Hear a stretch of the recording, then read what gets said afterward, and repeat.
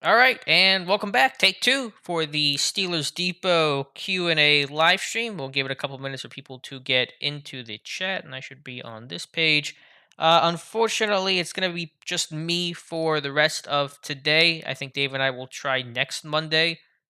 Just can't figure out why there were some of the delay and feedback issues. I know things sounded good on your guys' end, but Dave was getting feedback. I'm not entirely sure why that was happening, and trying to figure it out here in the moment was going to be challenging to do. And so I got to take next couple days to see what went wrong, kind of using some new laptop stuff, and don't know why this issue was popping up, but apologize for that. So it will just be me for the next little bit until 8 o'clock. We may go a little after 8 since we've started so late. So let you guys have a couple seconds to get into the chat, and then we will start answering questions. Again, apologize for all the issues. I know these pop up from time to time, but at least it's the off season and nothing super critical is happening. It's not like we're covering a game or anything where there's real urgency to a question that won't be relevant next week.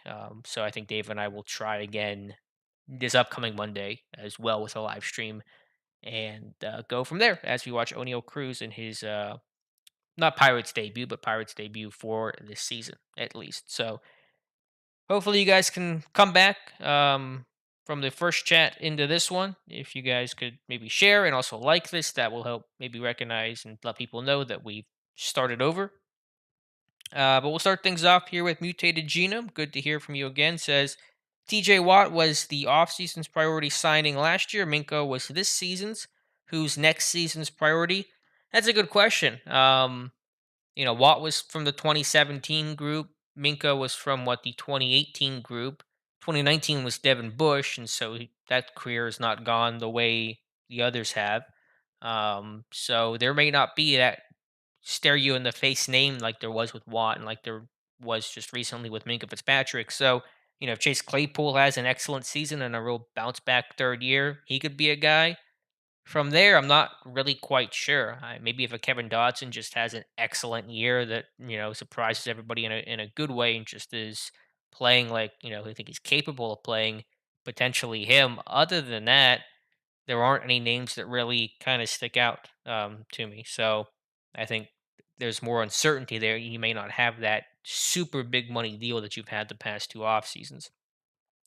Again, apologize, guys. Just me. No Dave. I really wanted him on. I was trying to figure stuff out. I think Dave and I will try to get back on the live stream next week, next Monday at 7 p.m. Eastern time, and hopefully by then all the audio gremlins have been figured out. We may do a test stream later this week to make sure that's all good to go before we give it another attempt on Monday. So just me here for the next little bit.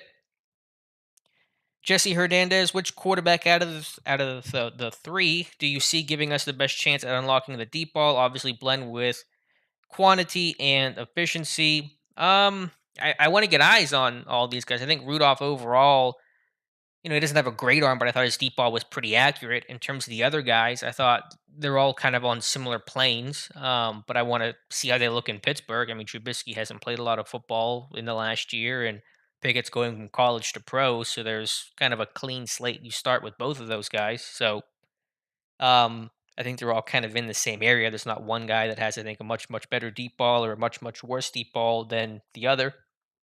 But you're always excited to talk about and look at the rookie and Kenny Pickett. But I think we'll go into camp and see what happens. Mendenhall fumble changed my mind. He did. I mean, it was a fumble. Now I understand the line did not block well on that play, and I know that Mendenhall maybe unfairly gets more criticism than a David Johnson or a Doug Legursky, but you got to take care of the football, and he did not, and that's your job. Realistic expectation for Alualu. So Michael Bolin, I think he should be pretty close to his old self. Maybe he's not exactly the Tyson Alualu of 2020 when he was healthy before the MCL sprain midway through the year against, I guess that was what, Baltimore. But he should be a really steady, consistent, strong presence in the middle. And I get he's 35, but this dude found the fountain of youth, I should say, and was playing really well prior to getting hurt. And he'd been a really durable guy for a long time. So I think there's a reason to believe this guy's going to be back and back to his usual self. Because it's not like he was 27 when he was playing good football. He was 33 2 years ago. People thought he was too old over the hill. Career was going to be done and move into a new position, playing nose tackle to replace Javon Hargrave, and he was excellent. Hey, Ali Howard, good to hear from you. Appreciate you guys being here. And again, apologize for all the issues. I know that pops up more than I would like it to, but that happens sometimes with technology and new computers and software systems that update and stuff like that. Let's see. Colin Coward, hard on Steelers' new regime. He's clueless. Yeah, I think railing against Minka Fitzpatrick getting an extension is a pretty silly hill to die on. I think there was merit, and I talked about that in my terrible take today, that some of the commentary was fair in terms of the standard being lowered, that not having a losing season seemed to be the win, the expectation, the goal, as opposed to a Super Bowl and serious playoff contention and a deep playoff run. So I think there's merit there. I've talked about that for a long time, for a year and a half, 2 years now. But specifically to Minka being the source or the example of those issues, that seemed far off base. I'm with you there, Tim. Mike Adesso say Mitch has a Pro Bowl type season and leads the team to a playoff win. What would should the Steelers do a quarterback following season? Can't play Kenny over Mitch in year two, right? Mike, that's a good problem to have. I mean, it would depend on the circumstances. It sounds like obviously you're saying Trubisky's gonna have a really good year, and so that may potentially be the case where Trubisky remains the guy. But I think that's a good problem to have and a problem to deal with if and when we deal with it. I don't think those odds of that scenario playing out are terribly high, but I certainly welcome them if they do occur. So I really can't answer that well. I don't know exactly what would happen. It would be a really interesting situation. In theory, if you think Pickett's developing well, I mean, Trubisky, I assume, would have a fair amount of trade value at that point, even though it'd be the second year of his 2 year contract. So you could really potentially trade him and get maybe a third round pick, something substantial for him. So that would be on the table as well. But all good problems to have in my mind, Mike. Todd, is it time to wave bye to Mason? You go into camp, you see what happens. Injury can change a lot. Somebody gets hurt, that may open a door. So I don't think you say goodbye to him right now. I don't think you say goodbye to him until late this summer, in late August, and you see what Trubisky looks like, what Pickett looks like, because those guys have yet to step into a stadium in a Pittsburgh Steelers uniform. And so I don't think you're really making any concrete decisions on who stays and who goes right here on June 20th. Maybe August 20th, but not today on June 20th. And so I think obviously there's a reason why this team has added so many quarterbacks to the room, not just for the numbers game, but they spent a decent amount of money on Trubisky, signed him first day for agency, and of course spent a first round pick, the first quarterback taken in Kenny Pickett. So that is are clear signals they don't have a lot of confidence in Rudolph being the short term or certainly not the long term guy. Um, but I think you just go into the summer and again you see what happens. Braun Blackwater, I'm excited to see what the offense will do this year. I'm ready for quote and now something completely different. Yeah, I think it'll be a different look. Canada's offense will be more akin to his own this year. But we'll see. I think there's a lot of youth, there's a lot of talent, but there's going to be some growing pains along the way. It's not going to be smooth sailing and probably not perfect out of the gate. Levi Garcia, Alex Tuitt retires, sure fine. But why do they let players off like Tuitt cost millions last year for grieving, but we lost Hilton and Nelson because thoughts on that side of things? Yeah, I mean, you could go after Tuitt for the money if you wanted to. I don't think Pittsburgh will. Um, you're kind of moving forward, and yeah, I don't think you're going to go after Tuitt for the money last year, obviously. Given all that he was going through, and of course was still part of the team last year, so I'm not really sure what the team was supposed to do in that situation. Tuitt was part of the team, and really, none of that stuff came up. I think until after that was during the summer when his brother unfortunately was killed in that hit and run. So by that point, you had lost Hilton, you had released Steven Nelson. The cap crunch was real. You figured too it's going to be part of your 2021 plans. You didn't know everything that would happen with the knee and the off field. So I mean, there's really no way to know that. Tim Chase, will Deontay Johnson overvalue himself? No, I don't think so. I think the market is valuing him. I mean, you guys have seen how hot this market is, and talked about in a post the other day on Steelers Depot that Terry McLaurin might be getting paid soon. He'll be another guy that'll kind of set another notch in that bar and kind of create that litmus test for where Johnson should and will be paid by Pittsburgh or another team, assuming he hits free agency next year and has a good season in 2022. So, I mean, I don't know what his contract demands are. Obviously, that's more his agent thing than his personal thing. Diontae Johnson's not, negotiating this deal, but the market is really setting everything for these receivers. But appreciate the super chat there, Tim, and apologize again for some of the technical issues that I've become infamous for. BSG74, should Mason be traded, released before training camp so that in 3 preseason games, if they have the bulk of the reps to go the other 3 quarterbacks? So now, like I said before, I think you go into camp with Mason, just in case the other guys get hurt or something doesn't work out or whatever happens. Now, I do agree trying to juggle and balance reps for all the quarterbacks will be maybe the toughest thing Pittsburgh has to deal with this summer, at least in terms of going into this summer before injuries and other camp storylines pop up. But how do you handle all that? That is going to be difficult. I mean, on paper, Rudolph should get fewer reps because you know more about Rudolph than you do the other 3 guys in that room, and obviously Trubisky, the presumptive starter, should be getting the majority of the reps anyway, and you should really be pouring everything you have into him. And of course, you could say similar about Kenny Pickett being a first round quarterback, your first round pick, and hopefully your franchise's future. But still, Rudolph is on paper part of this job and will be given opportunity and certainly will need some reps. But I don't think you're going to trade him before camp or at the very start of camp. Steel wide receiver, how much blame, if any, does Ben hold for the offensive line play, and can we see improvement just from him not being there? Defense is clearly crowd the line of scrimmage and know where you play action. Not really. If you think about, and I understand it was a different group of guys, but it was kind of a similar poor level of play, 2020 to 2021. I mean, Ben's sack numbers were among the lowest in football. I think he was sacked 13 times the entire season in 2020, and I think he went like 5 straight games without being sacked once. Just some ridiculous type stuff, and that's partially because of the probably largely because of the snap to release times, but they were very similar 2020 to 2021. So if you just look at this group overall, it was new, it was inexperienced, it was kind of put together on the fly. You lose to Castro about this time last year. You go into training camp, you're not really repping all those guys. You didn't know if Banner was going to be available. He ultimately was not. So it was really on just the newness of that offensive line, the youth there, the inexperience, and again, all the growing pains that were associated with that. That's where I put the blame, less so on Ben a little bit. I understand the mobility thing, but mobile quarterbacks can run themselves into a bunch of sacks. Lamar, I think, was sacked more than just about any quarterback last year. He didn't even play the entire year. So mobile quarterbacks, they're good to have, but the double-edged sword of that is they will sometimes run themselves into sacks because they are leaving the pocket so much.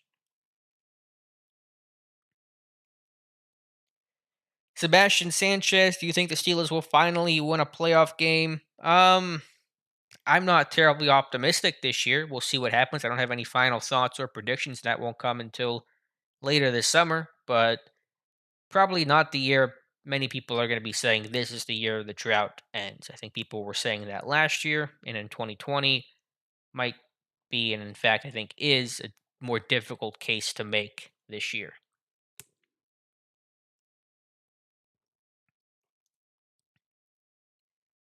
Mike Tomlin is a top blank coach in this league, 5, 10, 15, 20. I don't have a ranking. He's probably in that, based on just present day stuff, 6 to 10 range. Probably closer to 6 than 10. But, I'm a Mike Tomlin fan. I think he's a really good leader of men, somebody that players want to play hard for, that Tomlin will get the most out of. Tomlin can keep a locker room together and inspire and be able to, guide a ship through stormy seas. And the old saying is any captain can, captain a ship whenever things are calm, the waters are calm. But when things get choppy and rough, that's where captaincy and leadership really come into play, and that's when you're really tested. And football teams are always tested. There's always portions and moments and times during a season where things are choppy, even for teams that have good years and are on paper doing really well. Um, and so that's important. But let's just face facts: this team has not won a playoff game in 6 straight years. It's 6 straight years. That's the longest drought since what 1966 to 71. The lead up to the Immaculate Reception, the start of the pre-Noel era to the couple years before Noel arrived, so the Bill Austin era, and that's just not acceptable to have that kind of drought with as much talent as Pittsburgh has had on offense and especially defensively. So I think that a couple years ago, Tomlin would be top five for me, but just given the lack of playoff success and the disappointing losses and the way things have gone, the way seasons have ended recently under Tomlin, not nearly as good as this used to be a really strong December, January team that would always finish seasons well, and you've seen that backslide considerably since I think 2018 or 2019. So it probably, objectively speaking, is going to bump Tomlin down a bit. Thank you, Napoleon. Yeah, if you guys could like the channel, subscribe to the channel as well, like this video, I should say, and subscribe to the channel. I would appreciate it. Again, I think Dave and I will try again next Monday, so you can hear from him as well. So again, apologize for all that. We'll have a video tomorrow on TJ Watt as well, and a film room on one of his favorite moves and what makes it so effective. Paul Brown, hey Alex, thanks for all the content. Thank you, Paul. Appreciate you being here. Watching the Pirates. Don't think Cruz has not come to bat yet, right? He was not 1, 2, or 3 today, was he? I don't think so, but I was kind of looking on and off. Only Hines Ward and Antonio Brown got long-term contracts from the Steelers. If you're not number one, you're not special, and you're not getting another contract in Pittsburgh. I think, well, factually, that's true, Braun. I don't think that tells the whole story. They wanted to re-sign Plexico Burress. They offered him the same deal that he took with the New York Giants.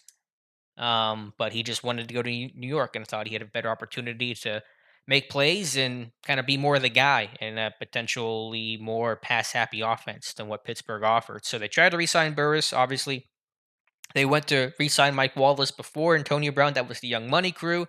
They couldn't pay them all. They took the contract offer AB ultimately took to Wallace first. He turned it down. So then they gave it to AB and he accepted that. They resigned Hines Ward. They did bring back Juju. I get the circumstances were kind of different and weird, but I don't think Pittsburgh has this principled stance of we don't pay receivers. And of course, they did re-sign Hines Ward. He was a Steelers' entire career. Antonio Brown would have been a Steeler his whole career had he not forced his way out of Pittsburgh. So I don't think that point holds the water that you and some others have made the claim of. Micah Desso, I've seen way too many Yinzos clamoring for the Steelers to sign JC Tretter. Where the heck did this come from? They have like 8 centers already. That would be the most unsteeler like signing ever. Yeah, I mean, Mason Cole's going to be the guy. That's just, for better or for worse. And he could be just average, which is what my expectation level is for Mason Cole. Then I can live with that. But I'm not pounding the table to have this team or see this team sign JC Tretter. All reports from camp are George Pickens is the real deal, and right out of the Cracker Jack box is better than Diontae after Diontae has 3 years under his belt. Has anyone said that? I don't think anyone said that in terms of he's already better than Diontae Johnson. And it is spring ball. They were in shorts. Pickens is an athletic guy. He should look good in that environment. So, I mean, he probably looks fine, looks good, but wait for the pads to come on, and we'll kind of go from there. Alex, why do people want to run out and sign a running back when we haven't even gotten to camp to see what Durant and Warren bring to the table, and why find a backup offensive tackle to more? I mean, Joe Haig's going to be that guy, going to be the swingman. They signed Trent Scott, so they brought in a veteran there. I mean, you can still sign a veteran running back, and I'm in that camp and still see what Jalen Warren, Mateo Durant can offer Pittsburgh. But I think you would like to have someone more proven, more trusted, with some game experience to kind of round out what is a fairly young running back room overall. I guess Benny Snell is what the oldest guy in that running back room in his fourth year, going into his fourth year in the NFL. So it would be nice to have a more veteran guy that has played on Sundays, because aside from Harris and Snell, whose offensive play has been poor, that room has like 30 total career carries, and those are all from Anthony McFarland, who I think has 33. So I just think you want some alternative options there, especially if Najee were to go down. So I've been in the camp of signing a veteran running back. Not that it solves everything, but it is just kind of maybe something that's missing from this team. If George Pickens explodes his rookie year, Diontae Johnson ain't getting a new deal. Well, Johnson's decision is going to be made this summer. I mean, if you don't re-sign him, before the season starts, he's probably gone unless he has a great year and Pittsburgh decides to tag him. But they probably wouldn't do a long-term deal in say February. So what Pickens does this rookie year really won't have much of an impact on Johnson's future. Jesse, if they fail to come to contract negotiations with Deontay this year, would you feel comfortable with trading him for a third round pick from a lower team like the Giants or Jags? I mean, the scenario to that would be it's right before week one starts, and you don't get a deal done with Deontay, and then you orchestrate a trade to ship him out of Pittsburgh to another team who presumably would be signing him to a long term deal. So that's a lot of pieces that I don't really think is realistic to occur. Maybe the only way he would get traded is if he had a good year, didn't want to re-sign because he just felt snubbed by the team. Pittsburgh tags him with the franchise tag and then trades him, sort of like what Devontae Adams. I think he was tagged this year by Green Bay. So maybe that's the only way I could see Deontay getting traded. But I think the odds of that happening are pretty low. Plus, if you traded him for a third, I mean, you do get that pick now. It is a higher pick, but a compensatory pick might net you a third 2 years from now. So it's not like you're gaining a ton. You are benefiting in some sense, but also you don't get the play of Deontay Johnson in 2022. So kind of all washes out. So I don't really have a lot of interest if it's only a third round pick. And again, I don't really see that scenario of Johnson getting traded this summer as being really all that realistic.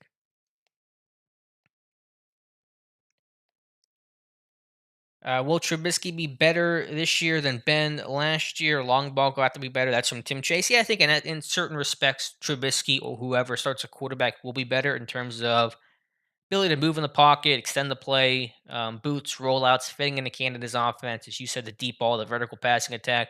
I think that will be better. But there are ways where it won't be as good, where Ben had complete control and autonomy of this offense and had been through all the experiences and was so clutch in the fourth quarter and rallied the troops and was such a good and valuable leader for this team. So I think in some ways you'll see improvement, in some ways you won't. It's hard to really just overall say, will it be better or not? It will be a mixed bag of results.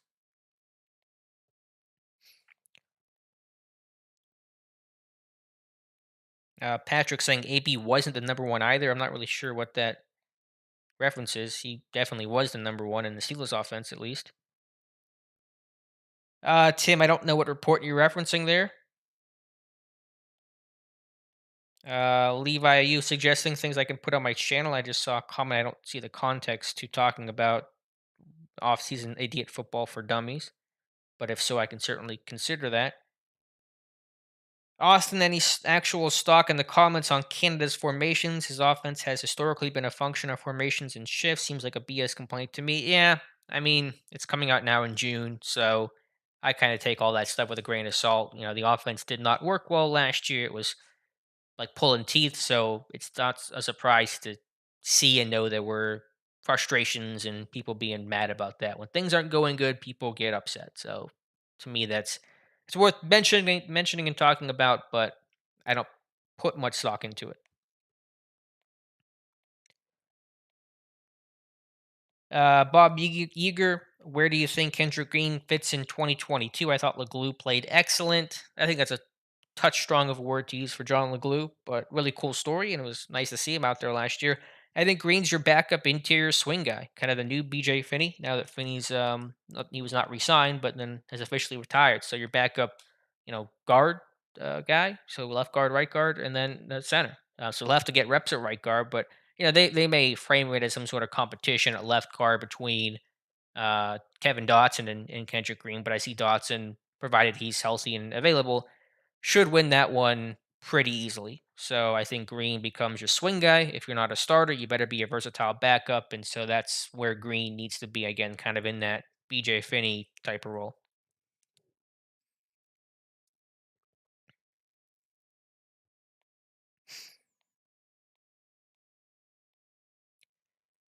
The infamous Tim, is it just me, or is Cam Sutton the best corner the Steelers have drafted in the past 10 years? I'd have to think about that, where Keenan Lewis was. He was right around a decade ago. But yeah, I mean, Sutton was one of the best, which, Sutton's a fine player, but tells you kind of about how poorly Pittsburgh is drafted. Not that they've drafted I mean, I guess the Burns and Golson in terms of high round cornerback selections, but yeah, this team not known for their drafting of elite cornerbacks. I think that's pretty well documented, as it looks like they're chasing a squirrel at PNC Park and having some trouble. Might be the most exciting part of the Pirates game, O'Neal Cruz aside. Yeah, they're really struggling. Anyway, I don't mean to give you a play by play of a squirrel or some critter. Yes, Nolan, I saw the comments about Chase Claypool saying he's a top three receiver. And I mean, obviously he's not. We all know that. But, all athletes are going to say and think and at least project that they're the best. And so I know that's easy, low hanging fruit. And we wrote about that. And I'm sure we'll talk about that tomorrow on the podcast with Dave and I. But athletes are going to say that kind of stuff. I mean, what's he going to say? I suck. I'm average. I mean, no. So it's an athlete's mentality. And I have no problem with him saying that.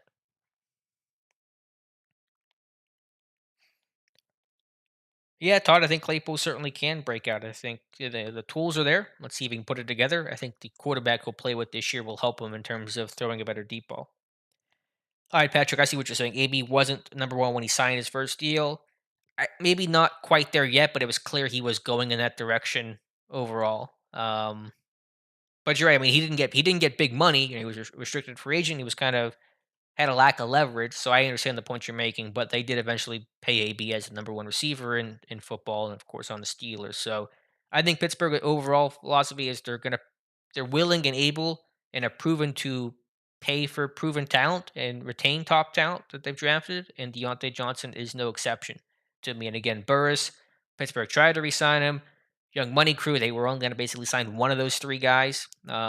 They even matched Manny Sanders' RFA tender from New England, and that was not big money, of course, but they did do that. So it's not like this team.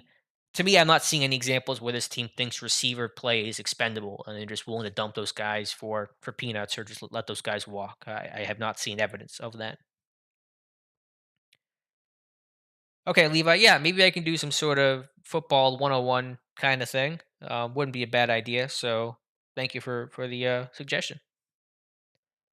Looks like O'Neal Cruz might be up to the bat here. Yeah, Nolan, that was Jack Sawinski. Check out the article that is on the first page here. Wrote an article kind of in honor of Jack Sawinski hitting 3 home runs, including a walk-off homer for the Buccos yesterday. About the 4 Steelers rookies with 3 touchdowns in one game. So you got Chase Claypool in 2020, which everyone remembers, Eric Green in 1990, Franco Harris in 72, and Jimmy Orr, receiver Jimmy Orr in 1958. As O'Neal Cruz steps into the batter's box, runners on first and second. Again, I'm not doing play-by-play here, but hopefully he'll hit a home run. That'd be fun.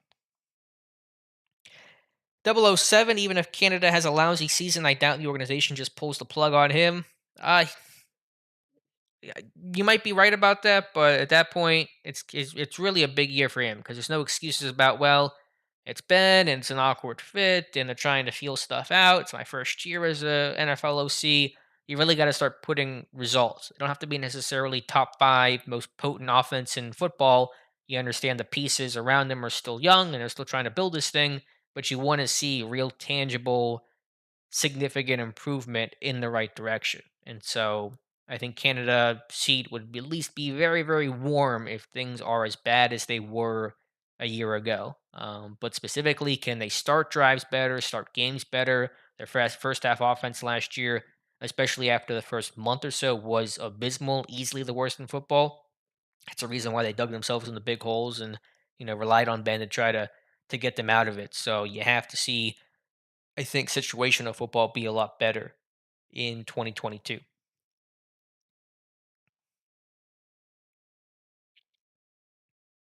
Ben V, when Claypool has the history of dumb stuff, him saying dumb things will get exemplified.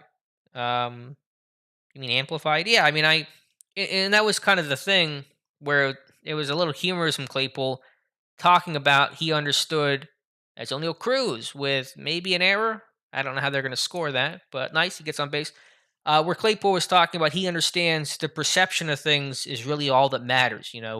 TikToks or comments with the media, the way that people interpret it is really the only thing that matters. And he says something like, "I'm a top 3 receiver in football," and he knows the perception of that is inaccurate. Even though I'm fine with him saying that because he's an athlete, but the perception is different from that, and that's all people are going to talk about. So you're still kind of like putting uh, uh, kindling on the fire, even though like it's going to create that firestorm. So either he just doesn't care, or just I don't know. But I think he has maybe shown some maturity and grown up, and we'll see what happens this year. I'm still excited for Chase Claypool, and the talent's all there. So I'm not packing it in on Chase, and I think that was an error by the second baseman. By the way, just dropped the ball trying to pitch it to short. Pac-Man Jones talking as well about he would have loved to be a Steeler, so that's something. Eduardo, my main man Alex K. Do you see Pickens taking over receiver 2 by the end of the season? I mean, I don't generally talk about receiver 1, receiver 2. I look more at positions and things like that. And maybe the talent's there. I thought, really good value pick. I think there could be a bit of a learning curve for him early on in the year, a little similar to Martavis Bryant, being a young guy, didn't play a lot of football last year coming off the injury. I know there are exceptions. Jamar Chase was excellent after missing a whole season and stuff like that, but not everybody unfortunately is going to be Jamar Chase. And if he is Jamar Chase, then I'm very happy to be wrong about that. So we'll see. Johnson, Claypool, two talented guys. As hey, the other guy, Madris, the outfielder, just had a first hit, looked like a 2 RBI single. So that's a really cool moment there. I know Cruz getting all the attention. So yeah, Pickens, talented guy. We'll see. I think certainly he'll be better at the end of the year than the start of it. I think that learning curve might trip him up a little bit early on, though. Joel Cross, I'm optimistic about Trubisky and the players on offense, not Canada. Would you keep Canada if this is a convincingly losing season? It really depends on how that looks. I understand you're just saying like it's a really bad season, and that's pretty easy for me or anyone to imagine. Um, would not be married to it though, for sure. But it really depends on a lot of little factors and the reason for it, and the overall players' attitude towards Canada and how things are being run even in difficult times. So get what you're asking there, Joel, but it's really hard for me to try to give an answer to in a crystal ball for 7 months from now. Yeah, Nolan, I forget the stat too, but I mean they were terrible. Not just first quarter, first half, but I think first quarter specifically.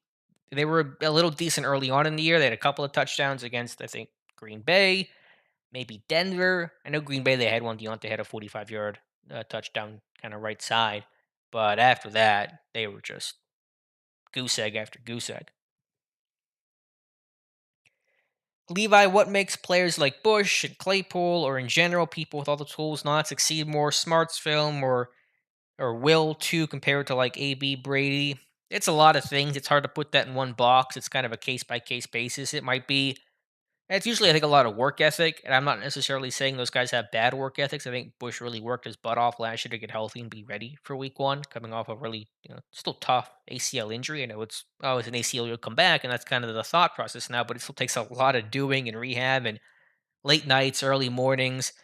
Mentally, it's a tough place to be in, especially he was doing it during the pandemic. And so I give Bush a lot of credit for all that stuff. But to your question, yeah, it's a variety of things. Work ethic, coaching, scheme, injuries, of course, can derail careers. So it's a very large umbrella of reasons why players with talent and tools don't succeed. Off-field stuff, influences, addiction. I mean, you could really run the whole gamut here about just speaking generally why guys aren't succeeding. With Bush, injury certainly played a role in that. Claypool, some immaturity may have played a role in that. But there's other factors as well. So it's hard to give a neat, clean answer to a very big but important question. So thank you for it, Levi.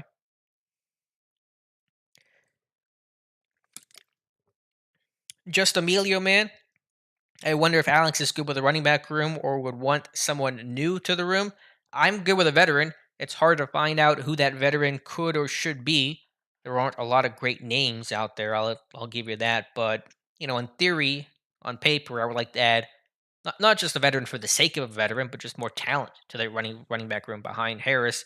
I mean, Durant and Warren are interesting guys, but I would like to have another more veteran type of option.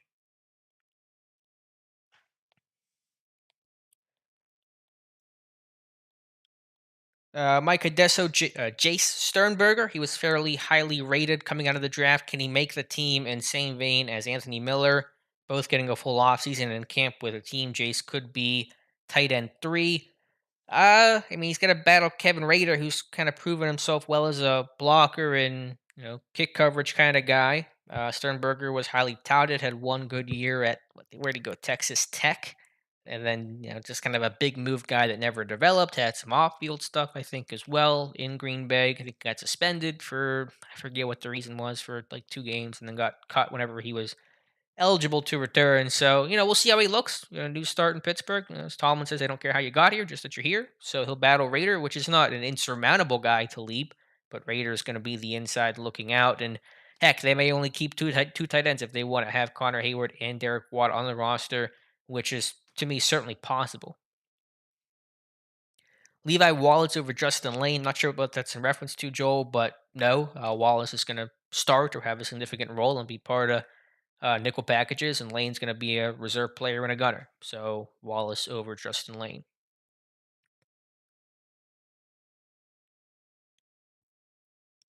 Would have liked somebody like Philip Lindsay as the backup running back. He signed with the Colts, so he was clearly okay being behind a workhorse running back. You're right. I mean, I don't know what Jonathan Taylor's snap count percentage was at last year, but it was lower than Najee Harris because I'm 95% sure Harris led the league in snap count last year as Cruz sliding into home plate, and he'll be in. I was at the game Friday. I was really hoping that they would have called him up, and they call him up on a random Monday instead. So, I mean, I get that point there. I don't know what contractually the deal was. Pittsburgh's probably not going to spend a lot of money on guys they don't expect and plan to play a whole lot. So, it's difficult to kind of find that guy that fits, the veteran who wants to come in for not a lot of money and even less playing time. Um, but on paper and in theory, I would like to have a better backup running back. Braun, why is everyone tripping there? Because it's not about if Najee Harris is healthy. If he's healthy, it's not an issue. It's what if he's not healthy, and even if he's only out for a week or misses the second half of a game or whatever the case is, then what do you do? And certainly, if he's out long term, that would be a whole other issue. And at that point, it may not matter who the backup running back is. You're just in a tough spot. But like a short term kind of thing, you want some insurance there. If he goes down, like he cramped during the Broncos game, I think last year, and he missed the fourth quarter. You like to have a more defined and better runner there. Um, that's what I'm talking about. At least whenever I talk about the value of a number two running back. Kawali Kolos, thank you for the black and gold hearts. Yeah, sorry Dave's not here again. I think Dave and I will give this another go next Monday. Hopefully, I can work out all the gremlins there.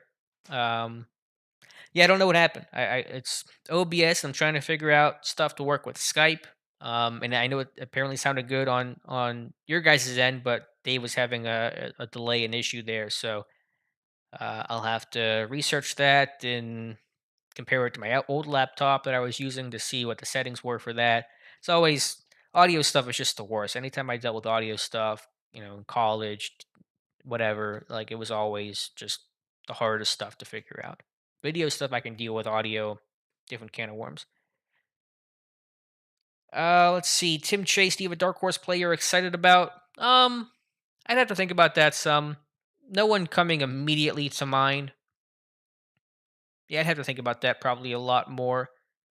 As what a catch by is that Hayward out in right field? A dark horse player I'm really excited about. I, I don't know if I'm excited about him, like pounding the table for the guy, but Donovan Steiner. He's the only undrafted free agent last year to still be with the team. He's got good size, a good tackler, a little Edmonds Killebrew like from what I've seen from him. So I'm excited to hear and watch Donovan Steiner in your number two, the safety out of Florida.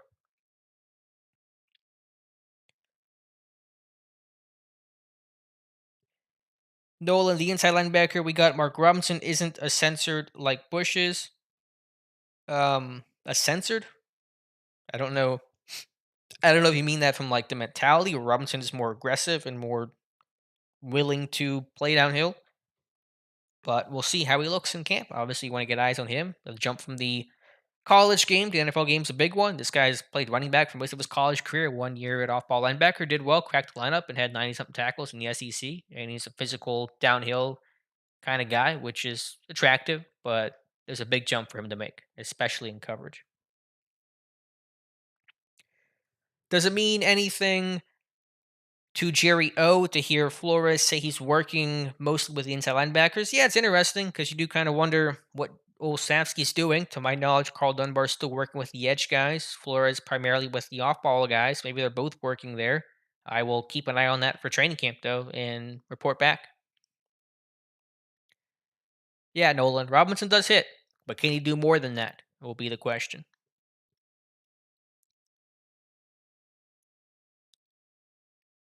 Javi Berg 420. Can't wait to see what Austin and Pickens do this year. Yeah, those are my two favorite picks, were the receivers. And so I'm definitely excited about that.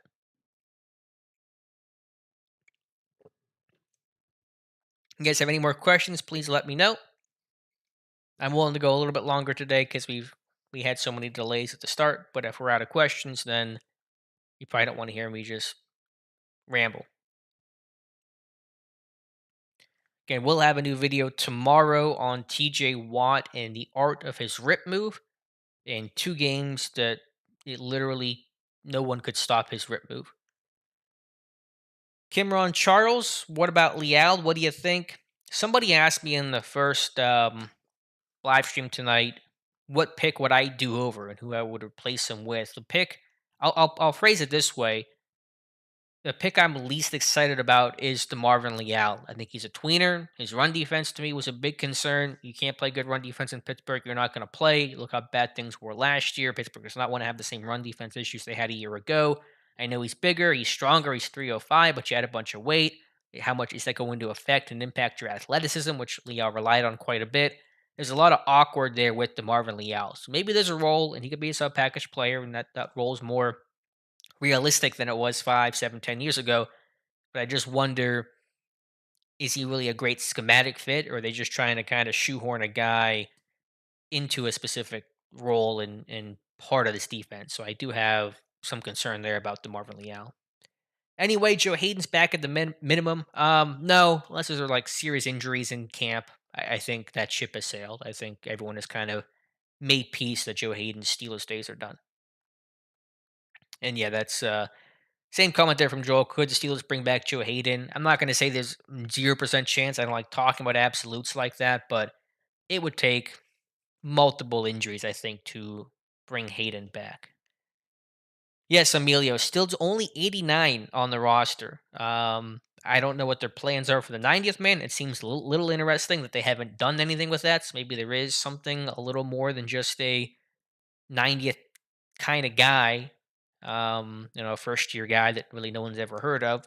So maybe they are looking to add a more veteran type of dude, but that spot is still TBD. Mike Adesso, any tips for a first timer to St. Vincent's this summer? I'm so excited. Going to be at Friday Night Lights too. Excited for you, Mike. Yeah, so happy that camp's back at Latrobe. Reminder: if you're going to camp, you do need a ticket this year. This is new for St. Vincent. They started doing it last year at Heinz Field, but that feels a little bit more tickety. You do have to buy tickets. They go on sale June 27th, I believe, at 10 a.m. So 1 week from today, next Monday. They are free. I don't know how it's going to work because there really aren't seats at St. Vincent the way there are at Heinz Field, but you do need tickets, so be aware of that fact. Other than that, if you're going on a weekend, get there early because it fills up pretty quick, especially if you want to get autographs. You better get there super early, probably like 12:15 maybe for a 155 practice. Check the weather because there's not a lot of like shade and all that, or cover if it starts to rain or if it's super hot outside. But just have a good time. It's a lot of fun. 007, what did I think about the Minka deal? Overpaid or deserves every penny? Deserves every penny. Minka, totally worth it. Very happy that deals got done, and I have no reservations about the contract. The CUDA 70, if Tomlin does not do good this year, he has replaced every coach in the last 2 years. He has the players, if not after next year. Goodbye, Mike. I think Tomlin will be sticking around for quite some time. Like it or not, that's what's going to happen. O'Neal Cruz. Ooh, showing off the arm. Good stretch by Chavis. And I do have an out of the park video that'll probably drop later this week as well for anyone, the three of you probably watching my out of the park series with the Pittsburgh Pirates. Joel, I will not go to any games. I don't go to games. I work from home for a lot of boring reasons, but I will be at camp. I will be at, knock on wood, every camp practice this year, and there are 18 of them. So it will be a very long and busy but fun summer.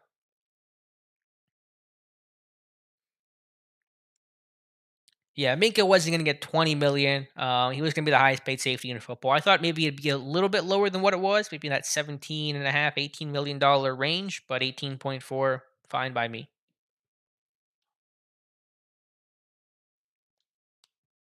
So, any more questions I will get to? Again, apologize for all the technical issues. Certainly plan and should have Dave back next Monday, and hopefully with all the audio stuff figured out. So that'll be my homework assignment for the next week.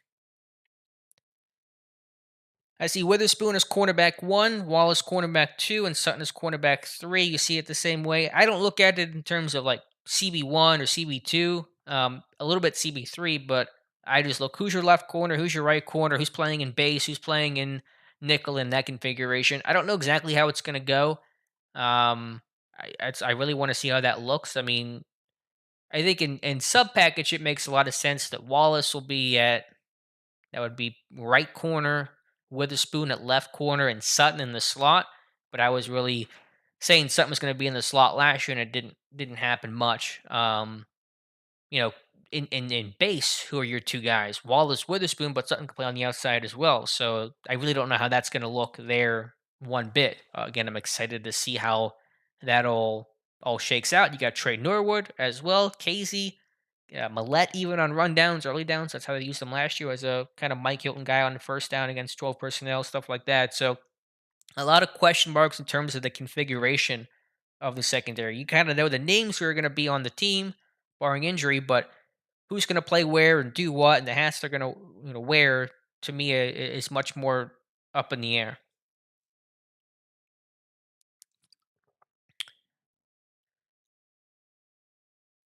Mike Adesso, good stuff with Joel Corey. Yeah, that was a lot of fun.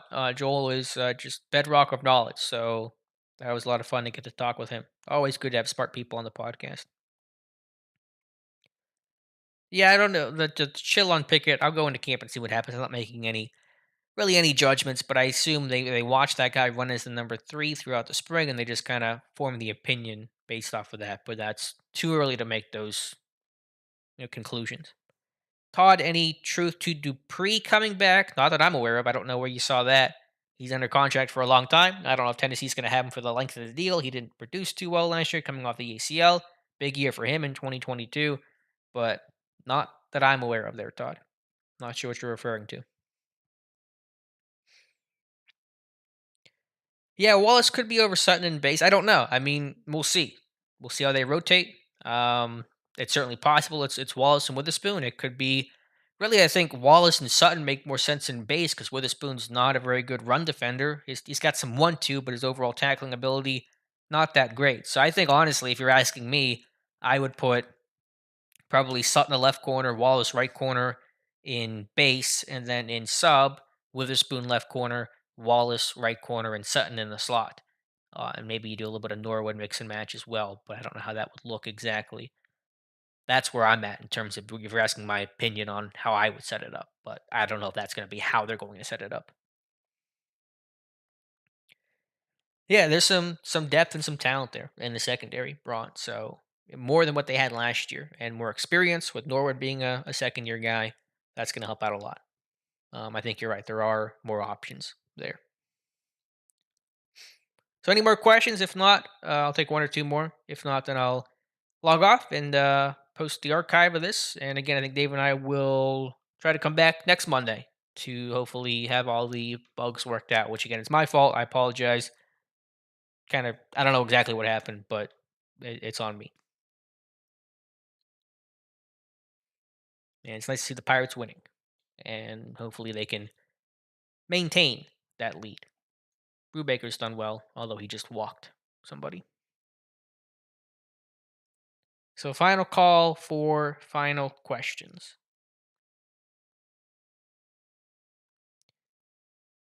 Let me just check one last time. All right, I think that's going to wrap things up then. Mike, no vacation probably for me this year. Didn't really know where to go. And yeah, Tim, computers are great when they work. I don't know. If anyone knows about, if someone is on Twitter and wants to help me with this stuff, if anyone knows anything about OBS, which is open broadcast software, it's how I record videos and stream and stuff like that. But I guess more specifically, one of the plugins, it's the NDI plugin for Skype. That way Dave is able to connect and you're able to hear Dave's voice, which you did. But weirdly getting some feedback thing, there's probably some more I could have tried to play around with muting my own mic, because the audio comes through different channels through the NDI, through him, and through my own plugged in mic on my laptop. But that was a weird one there, and I even have some drop frames, which is also strange. So a lot of weird today. Um, yeah, don't know about that one, but hopefully we'll all have it figured out next time. So let me know, guys. If you have any thoughts or anything you can do to help, if you're kind of a techie person, you can message me on Twitter. Just say I was at the stream. Can help you out with your problem, and we can try to figure this thing out. So appreciate you guys watching. We'll have an archive version of this here in a little bit on the channel. Again, tomorrow a video on TJ Watt and Out of the Park a little bit later this week. So appreciate you guys watching, and we'll talk to you soon.